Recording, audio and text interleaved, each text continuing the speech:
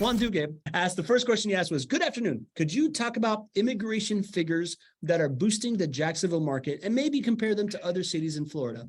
Yeah, I can do a little bit of what Juan's asking here. I don't have all the data at the ready here, but immigration into Jacksonville has been a major story even before the pandemic. If you go back to the last data per MSA that the census released was from 2017 through 2019. If you looked at that data, Jacksonville was the 5th fastest growing MSA in the country, and that was pre-pandemic.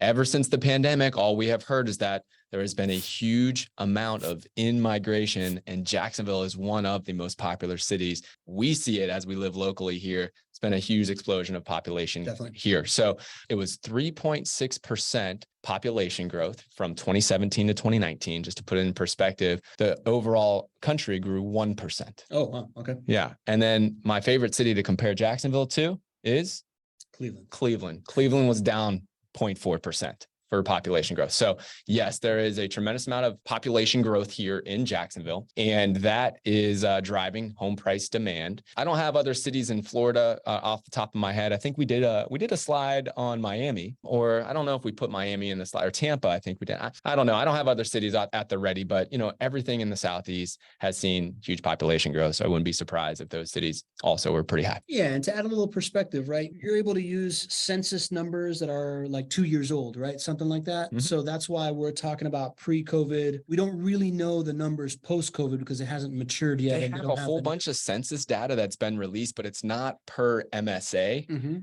And so I'm waiting for that to get the updated numbers. But, every other, data source that you're looking at, whether that is some census data that's showing that, states like Florida are seeing huge population growth, or even like moves by U-Haul, or like LinkedIn, profiles that are changing from, Sheboygan to Jacksonville as a hometown, like all of those things are leading towards Jacksonville's population growth. And that's a great thing for all of us, right? That is demand for housing, both on the rent and the sale side.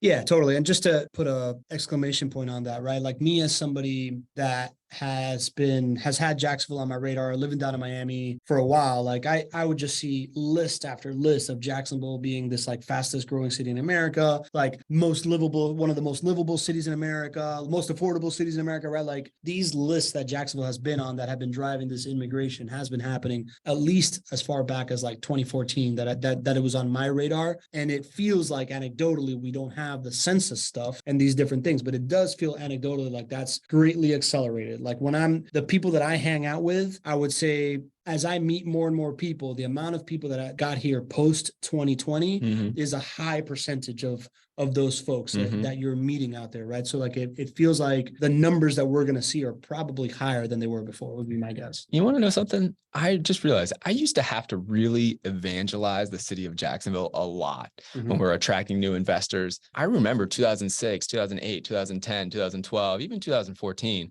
I don't know when it shifted, but nobody thought about investing in Jacksonville. I had to really show people what Jacksonville could do. I remember knowing that was a big part of my marketing strategy is evangelizing Jacksonville. I don't have to do that anymore. You're right about all these lists and about all of this.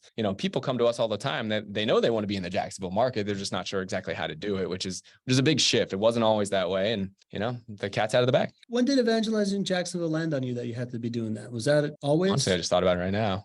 Like, what are you talking about? What you told me to do when we started working together? Yeah. I should know. Every leading question goes back to making sure I told Pablo how awesome he is. That's right.